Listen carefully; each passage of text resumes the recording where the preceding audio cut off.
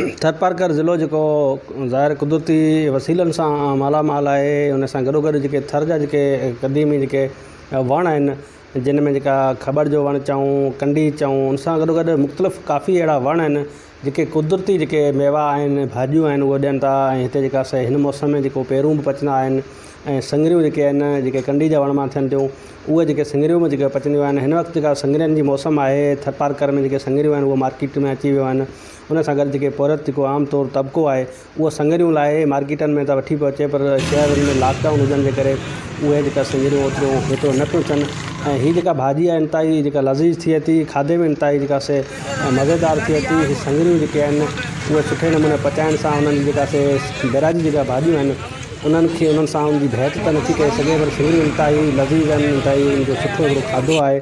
त सिंगरियूं जॾहिं उनजी कढ़ी बि ठाही वञे थी, इंतिहाई मज़ेदार थिए थी। उन सां गॾु सिंगरियूं जेके आहिनि उहो उॿारे उनखे पचाए बि वञे थो। उन सां गॾु जेकॾहिं अंबड़ियूं जेके आहिनि, जेके उनजी जेका चटणी उन सां गॾु शामिलु कई वञे थी, त उहा इंतिहाई खाइण में जेको मज़ेदार थिए थी। त हिन वक़्तु जेका उहे सिंगरियूं मार्केट में पहुतल आहिनि, पर हिन सिंगरियुनि जी हिकिड़ी इहा मज़ेदार ॻाल्हि आहे त सिंगरियूं जेके आहिनि उहे उॿारे रखण खां पोइ उनखे सुकायूं वेंदियूं आहिनि। उहो साल ताईं जेका उहो पयल हूंदियूं आहिनि, साल ताईं, 1.5 साल ताईं माण्हू उनखे इस्तेमालु कंदा।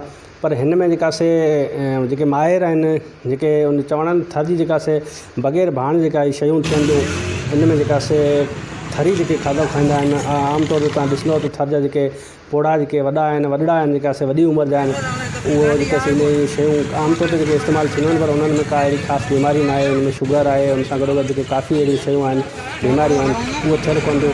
तॾहिं थरपारकर जेको ज़िलो आहे उहो जेको हिन कुदरती जेका शयुनि सां मालामाल आहे। कंडी जो वण सिंगरियूं ॾिए थो ऐं उन सां गॾोगॾु पेरूं थियनि था। रोहिड़ी जो जेकॾहिं वण तव्हां उन ते ॾिसंदव त उहो काफ़ी जेके गुल ॾींदा आहिनि। त हीअं जेका कुंबट आहे उहो जेको चपड़ा ॾिए थो, उन सां गॾु जेके उहो विकिरो बि थियनि था। समूरूं शयूं आहिनि कुंबट में, खोर बि थिए थो। उन सां गॾु गुगराल जो हिकिड़ो आमतौर ते वण आहे, उहो जेको खोर ॾिए थो। त इहे समूरा जेके वण आहिनि उहे हिन वक़्तु जेका थरपारकर में बग़ैर बरसातनि जे जेकॾहिं केतिरा बि ॾुकार पइजी वञनि, सालनि जा साल ॾुकार हलनि, पर हीअ जेके वण आहिनि उहे पंहिंजे मौसम ते उहे पंहिंजी जेका भाॼी ॾियनि था, उहे मेवात ॾियनि था। त इन्हनि शयुनि खे जेका सरकार जेका मुतारफ़ न आहे करायो, दुनिया लेवल ताईं मुतारफ़ न आहे कया, पर मुल्क लेवल ताईं बि इहो शयूं मुतारफ़ न आहिनि करायूं। इन ते जेकॾहिं सरकार इहो सोचे, हीअ जेके थर जूं जेके आमतौर ते भाॼियूं आहिनि, जेके मेवात आहिनि, इन्हनि खे सरकारी जेका लेवल ते जेकॾहिं मुतारफ़ कराइजे त हीअ बग़ैर भाण जेके शयूं थियनि इंतिहाई बहितरीनु आहिनि, भाॼियूं आहिनि, मेवा आहिनि। त थर